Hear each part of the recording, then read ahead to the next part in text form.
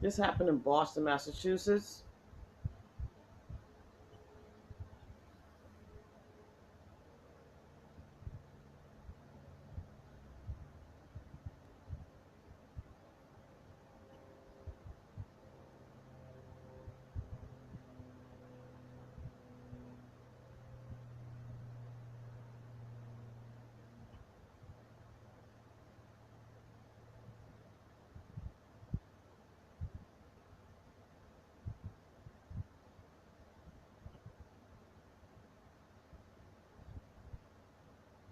A lady got her leg caught coming off the train here in the Massachusetts area,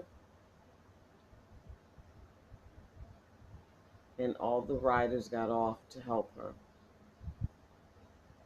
Sad part is, she didn't want them to call the ambulance or the police because she didn't have health insurance to cover the hospital bill.